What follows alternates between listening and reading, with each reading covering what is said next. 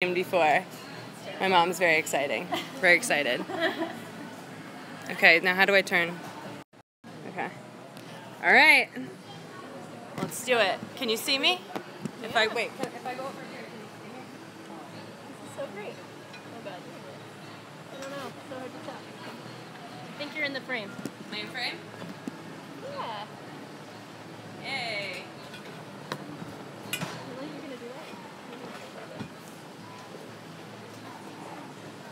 For a minute. Thank you for keeping it there. I appreciate it.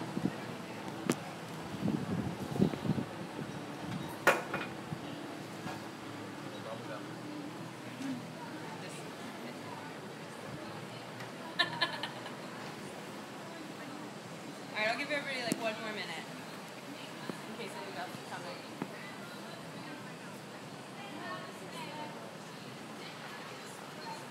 Have you guys checked out that acai food truck over there? I can't wait to go over there and get some food. I'm so excited. Very tasty. Yeah, awesome. I had the walking tacos yesterday. You guys have tried them? Worth it. What'd you have on? Oh, you haven't had your acai bowl I yet. haven't had it yet, but I definitely want to do peanut butter and the beet pollen. You want that? You could. Me? Yeah. Okay. Should I? I don't know. What did you have? I had berries and cocoa nibs. Oh, yeah. They're really bitter, though, aren't they? It was all very good together. I don't know. The peanut butter seemed weird to me, but if we go again, we're gonna do more. We're gonna try these. I just think it's going to be more, like, substantial for me. Like, hold me over longer. Peanut butter? I'm still very full from it. Dang. So, Okay. and that was at 11. We came right here and ate first. Get it out of the way, you know? Yeah. Be in line. Came hungry. Hey, how are you? I think you're good. What do you think? I'm not starting yet. It's fine. I'm just giving everybody a minute to come in.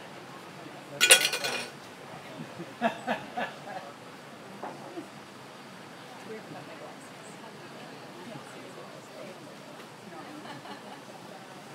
See?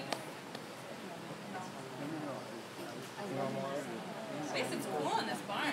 Wonderful. And I was worried we were going to be outside and I wouldn't be able to do it. I know, I was like, I don't really want to present outside because I'm just going to be sweating. Yes. It's not going to be a good look. I have notes because I was afraid I'd forget what I was going to say. Alright, I think we can start. Is it okay if I start? Is everybody ready? Yes. Yay. Okay. Alright, so my name is Hilary Tamar. I am the builder of the metal tiny house over there called the Tiny Hell on Wheels. I have the pet pig, in case you forgot who I was. Her name is Crusher. Yeah, she's awesome. You have to go see her. So I want to talk today about the DIY process from an emotional standpoint. Because a lot of people talk about the physical builds, and that's great, and you need to know it if you're going to build your house. But conversely, you don't expect the challenges that come up when you're building because life gets in the way. So I'm going to start and tell you guys a little bit about my story, how it started. I went to a conference about 3 years ago, a little longer than that, 3.5 years ago, and I was like hooked. I toured a bunch of tiny houses, I heard a bunch of speakers, and I was like, yes, I can do this, I can build it, I don't need anybody's help, I can do this, I'm gonna do it. And I bought a trailer like the next day, and I was so excited. And I got the trailer, I picked it up, I got my truck, I picked up the trailer, I was so excited, I got it home. Total panic attack. Because wait, how do I build a house? What was I thinking? Wait, I don't know how to build. So I took a couple carpentry classes out of like the vocational school in New Jersey where I live, and learned the very, very basics on building. So like what a 2x4 is, what a power tool is. I don't know what a jigsaw is and a chop saw. So I learned how to basically, very basically, use those tools. And I was a little bit more comfortable to start building. So I built the subfloor, I got it insulated, and that's how it sat for a good year, because I didn't know what to do. And in that time frame, I had my house at a friend's house. I would call them my family friends. I had all my materials there because that's where I was going to build. I quickly lost their support for other reasons, and so the first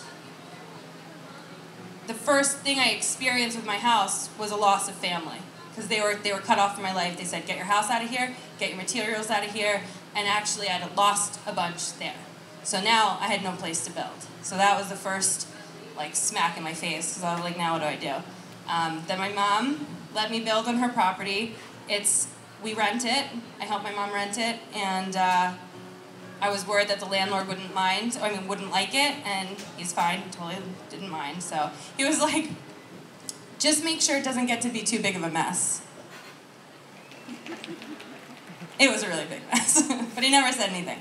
So there's that. So then, a couple months later, I decided to hire out to a family friend who was a carpenter, and he kept saying, if you need help, call me, I'll come help you. And I said, okay, I need help.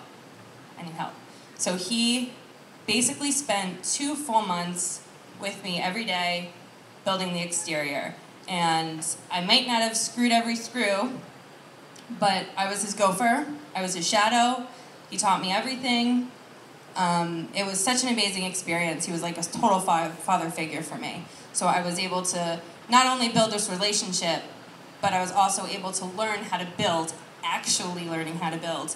He taught me how to put walls together, and what type of screws work best, and what kind of power tools to use, and it was an awesome experience. And sadly, as like the day he was done doing the outside with me, we took a picture, he went to the doctor, went back the next day, liver cancer, 9 months to live. So hearing that and having the emotional connection I had with him, I couldn't go in my house for 9 months, because that was his house. He built it. It was more his than mine, and I was too depressed. I couldn't go in the house. During that time, I also had a falling out with another best friend, lost her support, and that was tragic. She was a resource too. Like, not only was she my support, but she had a whole friend circle that were laborers who wanted to help me, right? All cut off, all gone. So there's another okay, I don't have that support. And now my family friend who helped me build, I don't have his support anymore because he's dying. So he died about 9 months almost to the day. And finally then I was just like, Hilary, you need to build his house. What are you doing? He would have wanted you to finish. So that was a very emotional experience too. So then I actually started building, and the house was dried in, so I started working more on plumbing and propane and drainage, and it's oh yeah, I can do that, no big deal. But you have to become an expert and learn how to do that before you can actually put it in your house. So it was a month of me going to Home Depot almost every day, sitting in the plumbing aisle for hours, just being okay, where do things go? How am I going to put things together? What pieces do I need? And it took a long time. And then it takes a while to learn how to use the tools and then actually put it in your house. And then the scariest part is testing it, because you're oh, I might have to redo this whole thing. But I did it, and it worked, and it was very liberating.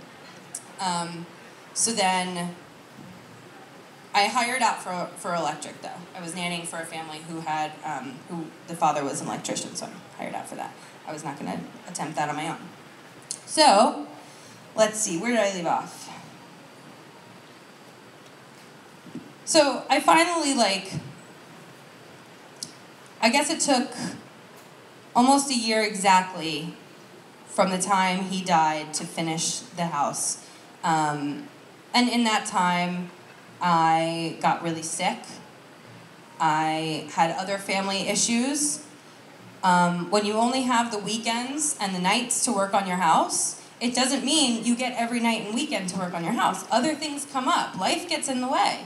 You have other responsibilities, and you have to factor in the time of going to Home Depot and buying stuff and staying at Home Depot for hours trying to find what you need. So that there's like half your weekend just gone. So there's a lot more, when people say like, oh, I have nights and weekends, you don't really have that much time. You have about 24 hours a week to actually work on your house, which is not very much when you have a whole house to do. So that was like a weird realization too, because I was like, I don't have any time. And because you only have so little time, anytime I would actually try and relax after working a full 60-hour week, I would feel this immense guilt because I wasn't actually working on my house. So that was hard to deal with too. I could never relax because my house wasn't done. And the thing you also have to sort of think about too, as far as life getting in the way, is I went from having a more flexible job to having a very rigid 9-to-5 to having a flexible job, right? So in all of those 3 years that it took to build, I would have either a ton of money or no money, or a lot of time and no money, or a lot of money and no time. So you have to find like the perfect balance of both, because you need it to be able to finish your house. And you need motivation. And sometimes you're really tired, or it's really bad weather, you really don't want to go work on your house. So you need all of those things, time, money, and motivation, to be able to build your house. And if you don't have one or the other, you're not going to do anything. So the whole point of this story is that it's not as easy as you think to build your house. You know, you talk to a lot of people and you're like, yeah, okay, they did it. I can do this. I can definitely do this. But you have to accept that it's only going to be you building it. I had this like dream that it was going to be, the community was going to come together and all my friends would help, and it was just going to be this like awesome experience. It wouldn't take that long, and like that doesn't happen. You know, it's you. You have to overcome the obstacles that your tiny house, it is an obstacle. You have to overcome it alone. And you have to accept that you can solve your own problems. And through this build journey, I have grown as a person. I mean, most people, you're different 3 years ago than you are today. I mean, some of the things are the same, but you know, there's differences in you. You've grown. And I could not have grown as a human without this experience. It was horrible. I was hurt all the time. I fell off my ladder. My ladder fell on me. I have scars all over me from everything. All the metal to take on the house, carrying it all around. I mean, I was cut everywhere. It was, you know, the weather was bad. We had like torrential downpour at one point. It made it like, it was horrible. It was not fun to build. But because of all the challenges I overcame, I'm a stronger person. And that's the whole point. It's not just about the physical building process. If you are trying to do it yourself, it's an emotional process as well. And that's the point of a tiny house, is building relationships, right? So you have a tiny house and you live in it. I live in 120 square feet. So if I want to have any more room, I have to go outside. It forces you to go outside and meet new people and do things, right? So that's a relationship you're building with other people and the earth, because you can't just live in your house, right? And you're also building a relationship with yourself. Because you're living in such a small space, you have to deal with yourself all the time, and you have to learn to love yourself even more, right? So through this process, I started out, I didn't know anything, and I had such self-doubt that I wouldn't know what I was doing, or it wouldn't be perfect, or, you know, in just my head I'd be like, I can't do it, I can't do it, I can't do it. There'd be days when I actually was building, and it would be like, me and the house are totally jiving, and I was like, yeah, every cut I make is fitting perfectly, and I have enough screws, and everything's great. And then the next day, it would be like your house is trying to kill you, and it's like it's purposely tripping you, and you cut yourself, and then you nail your hand, and it's just like, and you're kicking stuff, and it's like, fine, I give up, I'm not doing it anymore. And you run out of the house, and then the next day you have to come back and be like, all right, I'm sorry, let's try it again. And then it's a good day. So you have to go through all that, and it's more of just like finding out who you are, accepting that this process isn't easy, and taking advantage of your own abilities, whether you think you have them or not, you have the abilities, you have the strength to overcome any obstacle by yourself. You don't need anybody else. It just takes a long time, and it takes acceptance. And I don't mean to scare anybody from this, because you should definitely build your own house. I just want to prepare you for a difficult journey that's worth it, because you'll grow. I wish somebody in the beginning would have told me, it's not what you think, it's not butterflies and rainbows, you're not just going to have a dream house. It takes work. And nobody told me that. Everybody's like, yeah, you can do it. It's totally easy. You got this. And you do. But there's tons of road bumps, and it's a hard process. So again, the point of this story is not to scare anybody away from doing a DIY process, and potentially your process could be easier than mine. Maybe you won't deal with loss in friends and family, who knows? But the point is that life gets in the way, and you have to accept that you can still build around that and have confidence in yourself. So just curious, who here wants to build, wants to do a DIY?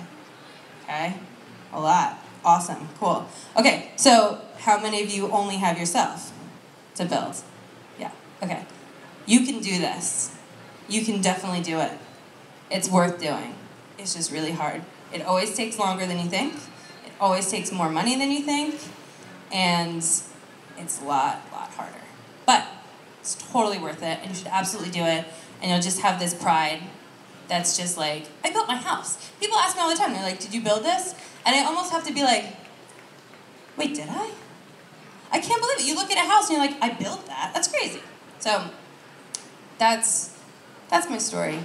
I just want to inspire everybody that you can do this no matter the struggles you have. So I'm going to leave it up for any questions, if anybody has any questions for me, or about my pig. I hope I can inspire. Oh yeah, for sure. How long is your trailer?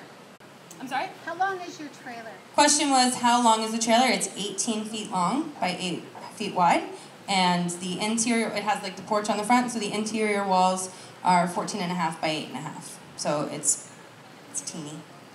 And what do you pull it with? Question is what I pull it with, and it's a Chevy 3500 dually. It's a very powerful truck. It's just not diesel, and I would have way more success if it was diesel. A gas truck is not very good for towing a house that's not aerodynamic. So I don't recommend that. Yeah? What did you do for power tools? Did you rent, borrow, or buy? Okay, power tools. Where did I resource them from? I bought some.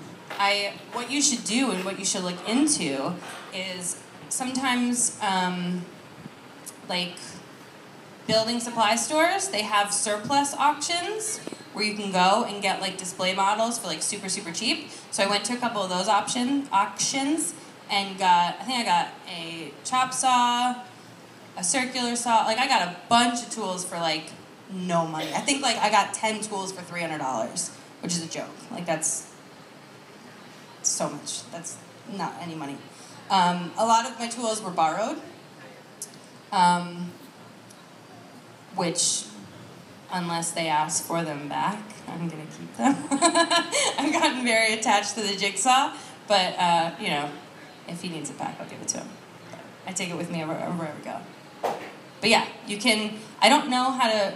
I think renting is not really worth it unless you know that you only need it for that day. Otherwise, it gets really expensive, and you might as well just buy it at that point. Look on Craigslist, go to yard sales, and start collecting now. Yeah. Anybody else have any questions for me? The question was if I did new or recycled products. I did about, I would say like 45% recycled. Cabinets, I think she wanted $200 for all of the kitchen set. I just had to pull it out. I live in New Jersey, and it was in Washington Heights, New York, which is not really fun to have to pull a kitchen out of. I think I ended up giving her like $100 instead because she was like, oh, there's street parking right in front. It's a first floor apartment. You'll have help.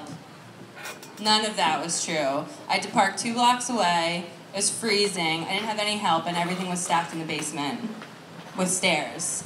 I was like, are you kidding me? And I had to do it all by myself. So anyway, I just gave her $100, and then she yelled at me. But I was like, whatever. I got my dream cabinet, so I don't care.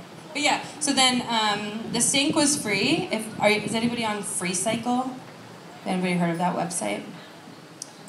It's an awesome resource. You basically just post that you're interested in some sort of item, and usually someone responds within a day or two. They're just like, I have it, I left it outside for you. And that's how I got my sink. I had bought a sink, it got broken. I bought a sink off Craigslist. I went to Home Depot right after that. I was loading wood into the truck, and some guy said he would help me. And he took the sink out and dropped it on the ground, and it broke into a million pieces. And I was like, great, well, that was my sink, and I just paid for it, so that stinks. So then I went on FreeCycle, got a sink for free. Somebody was like, oh, I just left it outside for you. It's an amazing sink. It was my dream sink. That's the one I wanted. It was giant and white, and it was like, wow, that was totally by chance that I got this dream sink. So there's so many resources like that. I got so much for free. There's metal on the side of the house. Some guy was just giving it away in a barn, and I just took as much as I could because I was like, this is the coolest ever. Put it everywhere. So there's a lot of resources. Craigslist is your friend. FreeCycle is your friend. Yard sales, side of the road. I would recommend that if you want to do a lot of resource materials, that you should get some sort of a tent or a garage to start storing them away now and start collecting, because it takes time to get all those. And I decided when I was building, I said, I don't want to spend $300 on a garage tent. I don't want to do that. It's too much money. I'm not going to waste my money. And then you lose way more than $300 worth of materials and power tools. And you're like, well, I really should have just gotten that. So I recommend getting some sort of garage in a box, or if you don't have a garage for that. Did I answer your question? Okay. Did you have a design in mind when you created your house? Like your door is on the back of the trailer compared to other people have it on the long side? Was that a choice? The question was how did I come up with the design, or did it come out of necessity? I basically drew a design about 150 times, and I made a 3D model out of foam core because I didn't know how to do Google SketchUp. I recommend it. It's not a hard process to learn, but I didn't know how to do it. So I made a foam core model of it. And I knew I wanted double French doors, and I got some for free on Craigslist, but they were huge patio doors that I couldn't actually get to fit in the house. And then I was walking through New Hope, Pennsylvania with my friends, and I stopped at one house. I was like, that's the door I want. Those are the doors I want. And he's like, oh, I have them in my attic. Do you want them? And I was like, yes, that would be amazing. So he turned them into actual doors. They were like windows, sort of, like interior windows, and he turned them into doors for me. I was like, all right, well, that was easy. Some things are like a little too perfect. But yeah, so I had a design, pretty much, I knew I wanted the porch. I see a lot of people have like either no porch or like a drop-down porch. I didn't want to bother with that. I just wanted one that that was just built onto the house, and I could always add onto it later. So I designed it specifically that way, knowing that I would take up some of the floor space, so that's why I went with an 18-foot trailer. And I just think that having the doors on the sort of the back end of the house gave me more space inside. And when you walked in you walked into a big space and not just like another wall. I think it helps make my house look bigger. So yeah. Yeah. Where do you put it? Park it? Where do you stay? When you pull it someplace, where do you drop? Okay, question was, where do I park it? My favorite thing to say about that is home is where you park it, because you always have your house with you, and I think that's really funny. So I've been traveling for the past 3 weeks. I went from New Jersey to Tennessee to Vermont to Canada, and now here. It's like 5,000 miles in 3 weeks. It's just, I don't recommend it.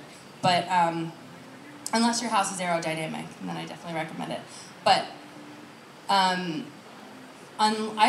haven't stayed at a campground yet. I did the first night. I did stay at a campground the first night. I've yet to stay at a campground because you can just park at a Walmart, at a truck stop, a shopping center. I stayed in front of a AAA one day, and it was like I took up like 3 parking spaces, and it was like a Starbucks, Smoothie King, Staples, Marshalls. It was like all of those in like a huge shopping center, and people are so distracted that they're like, ma'am, ma'am, is that a tiny house?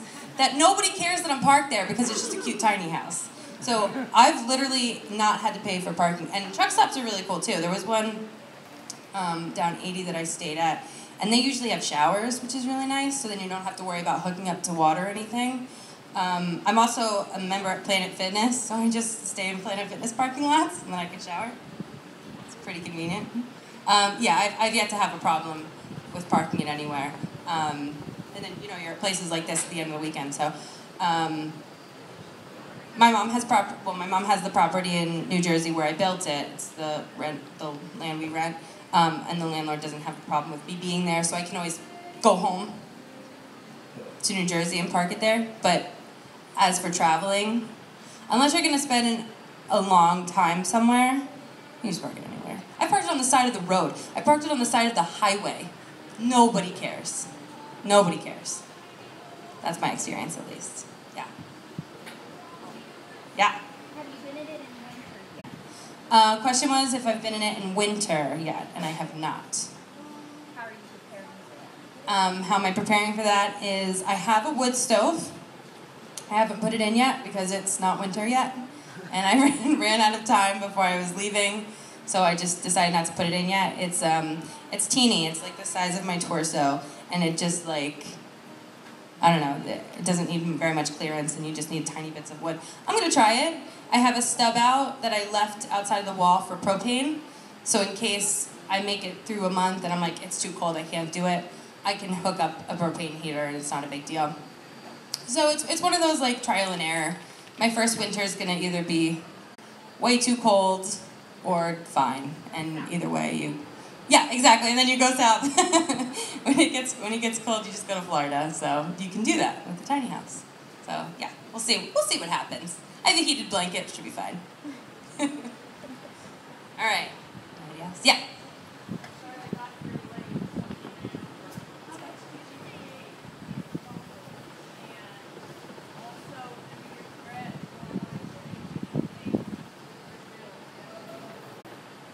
Okay, so it was how much I spent and what I would change about my build. So I think I spent, at the end of the day, around $20,000 on it.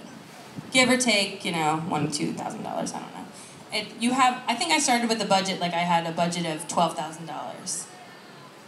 I used 45% recycled materials and I still spent 20 grand. So it's always gonna cost more than you think. But the cool thing is that it took me a long time to build, and I pretty much did like a pay-as-you-go thing, so I was never in debt. It was just, okay, well, I can afford to get my solar this week, you know, okay, put that in. So you just have to take your time in that sense. What I would do different, and somebody did tell me this and I should have listened. They said, Hillary, if you want to be traveling with that thing, you have to make it more aerodynamic. I said, no, it has to be cute. I don't want to do it. And now driving with it, it totally sucks. I don't recommend it. It's, the wind just smacks it when you're driving, and my poor truck is just like, I can't go any faster. To be able to actually like drive it and not have 5 miles per gallon, which, yes, I've done it, it's the worst. I think I was going up 81 from Tennessee up to Pennsylvania, and it's like mountainous and you're going up hills. I was going 35 up hills that the speed limit was 70. Yeah, it's bad. It's really bad. But so if you had a more aerodynamic house and a better truck, that would not have been an issue. So I recommend, if you are trying to travel with it, plan for that ahead of time. Like, it's perfect for a stationary house. But also, one other point about traveling with it, I have been through so much in the past 3 weeks as getting my house stuck, going over horribly bumpy roads. Regrettably, I got stuck somewhere, had to do a running start, and was airborne at one point with house. Bad. Don't do it. I don't recommend it. But it's yet to crack or break or have any issue. Like, I don't know don't want to talk about it. But I use 2x3s for my construction and spray foam. And if you're traveling, I would recommend doing something very similar to that because the spray foam has a tiny bit of flex to it, but it adds rigidity to the house. And I mean, I didn't plan on getting stuck anywhere. I thought I was going to be gentle with my house, but that's not what happened. So if you are planning on traveling, aerodynamic and very, very strong walls. Steel construction is great too because it's light. How would you know about how to make it more aerodynamic? Question was, how would I know how to make it more aerodynamic? Well, if like I just look at like RVs or like campers, and they have like that rounded, like a teardrop is like rounded because the wind just sort of goes up and over. Mine's a box, so it's not. Cute though. It is really cute. I'm glad I did it for that. But so I mean, you could always Google like how to make my house more aerodynamic. How to change your tiny house. I'll write that article for you guys. Yeah, I would recommend that. All right, anybody else have any questions? Yeah. May have been asked, but what about mail? What about mail? Great question. I still get it delivered to my mom's house now. It sucks when you're on the road though, because like my stove broke. My stove caught on fire the first time I tried to use it because I broke the regulator. There was a fire behind my cabinets the first day I tried to use my stove. So I need to get a new regulator, but it's not something you can just get at Home Depot. It's a special order piece. I don't know where to send it. So I just got like a camping stove because I was like, I guess I'll have to wait till I get back to New Jersey. I don't really know how that works. So that's a good question, and I don't know. I guess people have P.O. boxes, but I don't. I'm wondering if you can have them forwarded to like a post office that you're going to be around. I'm not sure. I don't know. I've yet to figure that out. You can have it forwarded? Okay, I'll have to do that. Oh, really? General delivery to that post office? Okay, that's good. That's good to know. Do you have a question back there? I'm sorry. No, okay, sorry. So just a funny story. I was just in, I went to Canada with the tiny house, and I was really, like, people were like, I didn't think it would be an issue, just go through, right? I have my passport, who cares? And my friends were like, nah, it's not going to be that easy, like, you're bringing your house with you. And I was like, oh, I didn't think about that. So I get there, and it was like a Tuesday morning, so like, they have plenty of time. It's not like you have to like rush people through, like, they had plenty of time to look at the house. So they're like, okay, you need to get out of the house, we need to check it out and stuff. And I was like, yeah, I mean, I don't have anything to hide, go ahead. But like, 4 guys with guns in the K-9 unit in your house, going through every inch of it's really scary. And the official was like, it wasn't funny at the time, but he was just like, okay, so that's your house. And I was like, yeah, whatever, blah, blah, blah. And he's like, okay, well, if this is your house, how do we know that you're not going to live here in Canada? I was like, that's a really good question. He's like, yeah, you better think of a really good answer. I was like, I really don't know. I was like, I'm supposed to be in Iowa this weekend. I don't know. Like, yeah, because I didn't have a good answer for him. But they still let me pass. I was worried that they would quarantine Crusher, but they didn't even notice her in the front seat. So I was so afraid that like the dogs would smell her, and it would be this whole thing. But it was totally fine. So made it. What's your bathroom situation? All right, bathroom situation. Everybody wants to talk about it. It's cool. I'm glad to say it. I have a 32 by 32 shower stall, and I have a water hookup, sort of like an RV, so I can hook up to a hose and use that. I have yet to use that because it's Crusher's room. The shower is hers. That's her bed. I do have a sink in there. I took the sink out for her litter box, and I have a composting toilet. It is a DIY composting toilet with a bucket. I don't recommend it. Everybody's like, you should do it. I'm going to tell you exactly how you should do it, but I don't do it, and I hate it, and I don't recommend it. What you should do is separate the liquids from the solids and have a vent in your box to get the smell out. That I know works. I didn't do that. Don't do that. don't pee and poop in one bucket. It's not a good idea. And then where do you dump that when you travel? To be honest with you, I just toss it in the garbage. It's not really like, you have these like big dreams of like, oh, I'm gonna compost it, and like when you're traveling, you just can't do it. I mean, you can look on Craigslist and people have composting bins, so you can, if you know you're gonna be passing through or you're gonna be a couple days in one space, you can be like, hey, can I compost my human waste? And people, they want to take it. It's great. It's like such a waste that we throw it out. But right now, just for ease, I'm just tossing it. Makes me sad, but whatever. What do you use in the bucket to afford it? What do you use in the bucket? I use sawdust. Try peat moss. I have not tried peat moss. That's my next one. So basically, what I did. Oh, peat moss is better. Peat moss and with a combination of wood and coconut hulls. Coconut hulls shredded is really sustainable. Absorption is awesome. No smoke. Really? Okay, so coconut, Peat moss. peat moss. And you don't have to have both, one or the other, and then a mixture of like big wood chips, not sawdust, but wood Wood chips. chips. Flakes on like a wood shop. Yeah. Pine.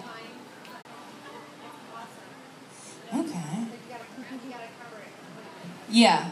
Well, that's good to know. No smell. Okay, that sounds good. I heard cinnamon is really good. And both in the same is okay. You just have to vary. Really? Okay, well, you've definitely found more success. We're going to talk about that more. It stinks right. It literally stinks right now. But what happened was when I was building, I collected all the sawdust, like all of it from the table saw. Like it just piles up under the table saw, and I had buckets full of sawdust. I was like, this is going to be great because now I don't have to buy it. And then I was using it for Crusher's litter box, and we were just like sharing. It was great. It's awesome. Multi-purpose. Kitty litter in there. Kitty litter. Well, actually, kitty litter is bad for pigs, which I did not know. And they're allergic to cedar, so I couldn't do cedar chips. Yeah, this is well, even like finer, like not chippy at all, just like powder sort of. I mean, it works fine. It just doesn't smell good. Okay, that's good. Thank you. I appreciate it. Any other questions? Did I answer everybody's questions? I can't believe it. Cool. Thank you guys. I appreciate it. Cool. Thank you guys. Come over, check out the house. Ask me anything if you think of anything. I have cards so you can follow my social media and see this lovely live streamed video. Hopefully it worked. But yeah. All right. Thanks, guys.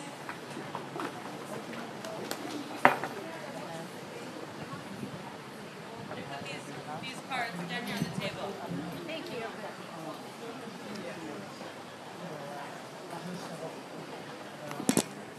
It seemed like it worked. Oh, it's still going. Cool.